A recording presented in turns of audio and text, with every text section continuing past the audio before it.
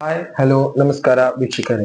ಇಂದು ನಾವು ಬೆಳಗಾವಿ ಜಿಲ್ಲೆಯ ಬೈಲಹೊಂಗಲ ತಾಲೂಕಿನ ದೇಶನೂರ್ ಗ್ರಾಮ ವ್ಯಾಪ್ತಿಯಲ್ಲಿ ನಮ್ಮ ಒಂದು Bharat times media networking group ವತಿಯಿಂದ ಮುಂಬರುವ ಚುನಾವಣೆ ಕುರಿತು ಕೂಡ ಒಂದು ಪೂರ್ವಭಾವಿ ಗ್ರೌಂಡ್ ರಿಪೋರ್ಟ್ ನೀಡ್ತಾ ಇದೆ.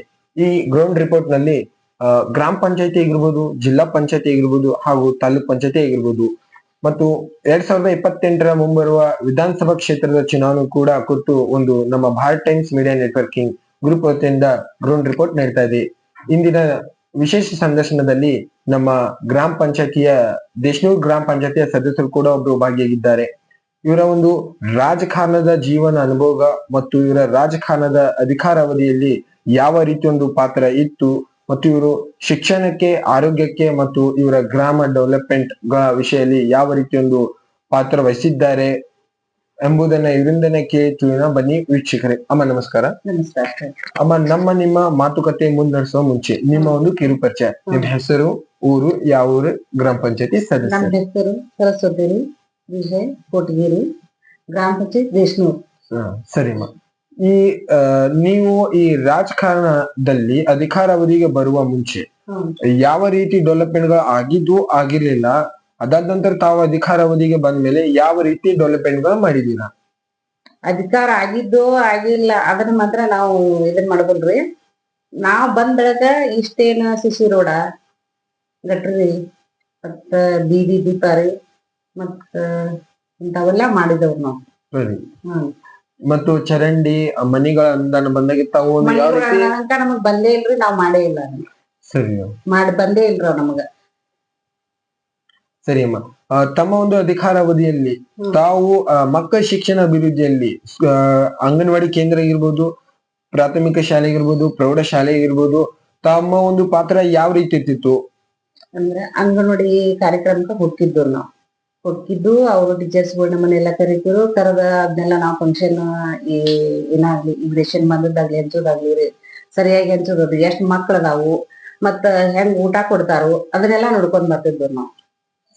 ಅದನ್ನೆಲ್ಲ ನೋಡ್ಕೊಂಡ್ ನಾವು ತಿಂದ ಕಾರ್ ನೋಡ್ಕೊಂಡ್ ಬರ್ತಿದ್ರು. ಮತ್ತೆ ಊಟ ಹೆಂಗ್ ಕೊಡ್ತಾರ ಇವ್ರ ಮಕ್ಕಳಿಗೆ ಅಂತೇಳಿ ತಿಂದ ಕಾರ್ ನೋಡ್ಕೊಂಡ್ ಒಳ್ಳೆ ಒಡನಾಟ ಇತ್ತು. ಸರಿ. ತಮ್ಮ ಒಂದು ಅಧಿಕಾರಾವಧಿಯಲ್ಲಿ ಈ ಗ್ರಾಮ ಮತ್ತು ತಮ್ಮ ವಾರ್ಡಿನ ಜನರ, ಗ್ರಾಮಸ್ಥರ ಒಂದು ಆರೋಗ್ಯ ಬಗ್ಗೆ ಯಾವ ರೀತಿ ನಿಮ್ಮ ಒಂದು ಪಾತ್ರ ವಹಿಸ್ತಿದ್ರಿ? ಆರೋಗ್ಯ ಬಗ್ಗೆ ಅಂದ್ರ ಹೇಳ್ತಿದ್ದವ್ರು. ಆರೋಗ್ಯ ಬಗ್ಗೆ ಅಂದ್ರ ಹಿಂಗ ಏನಾರ ಬಂದ್ರ ಹಿಂಗ್ ಮಾಡ್ರಿ ಅಂತ ಹೇಳ್ತಿದ್ದವ್ರು. ಸರಿ. ಈ ರಾಜಕಾರಣದಲ್ಲಿ ತಾವು ಎಲ್ಲಿಂದ ಮತ್ತು ಹೇಗೆ, ಯಾರ ಮುಖಾಂತರ ಪ್ರವೇಶವಾದ್ರಿ? ಅಂದ್ರ ಈ ಜನರ ಮುಖಾಂತರ, ಜನರ ಬೆಂಬಲದಿಂದ ತಾವು ಬಂದಿದ್ದೀವಿ. ನಾವು ಬಂದಿದವ್ರು, ಜನರ ಬೆಂಬಲದಿಂದನ ಬಂದಿದವ್ರು ನಾವು. ಎಷ್ಟು ವರ್ಷದಿಂದ ಈ ರಾಜಕಾರಣದಲ್ಲಿ ಇದ್ದೀರಾ? ಈಗ ಹಿಂದಕ್ಲೆ 5 ವರ್ಷ ಆಗಿದ್ದುರಿ. 5 ವರ್ಷಕ್ ಮತ್ತ 5 ವರ್ಷ ಗ್ಯಾಪ್ ಆತ. 5 ವರ್ಷ ಮತ್ತ ಜನರೆಲ್ಲ ಕುಂಡ್ರು ಅಂತ ಹೇಳನ ಕುಂತೂರಿ ಕುಂತ್ ಮತ್ತ ಆರಿಸಿ ಬಂದ್ರು ನಾವು. ಸರಿ ಅಮ್ಮ. ತಾವು ಈ ರಾಜಕಾರಣಕ್ಕೆ ಬರ್ಲಿಕ್ಕೆ ಕಾರಣ?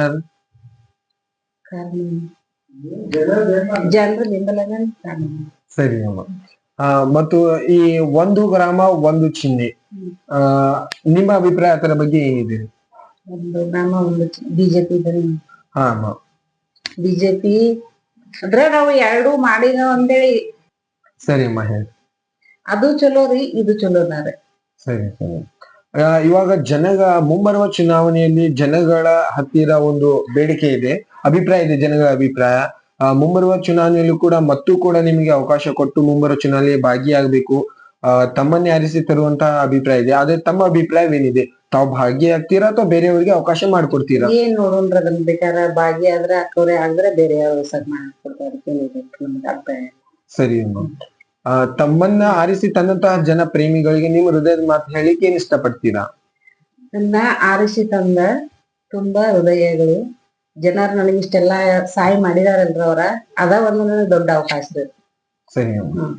ಇಲ್ಲಿವರೆಗೂ ಕೂಡ ತಮ್ಮ ಸಮಯ ನಮ್ಮ Bharat times media networking group ನೀಡಿದಕ್ಕೆ ತುಂಬಾ ಹೃದಯದ ಧನ್ಯವಾದಗಳು.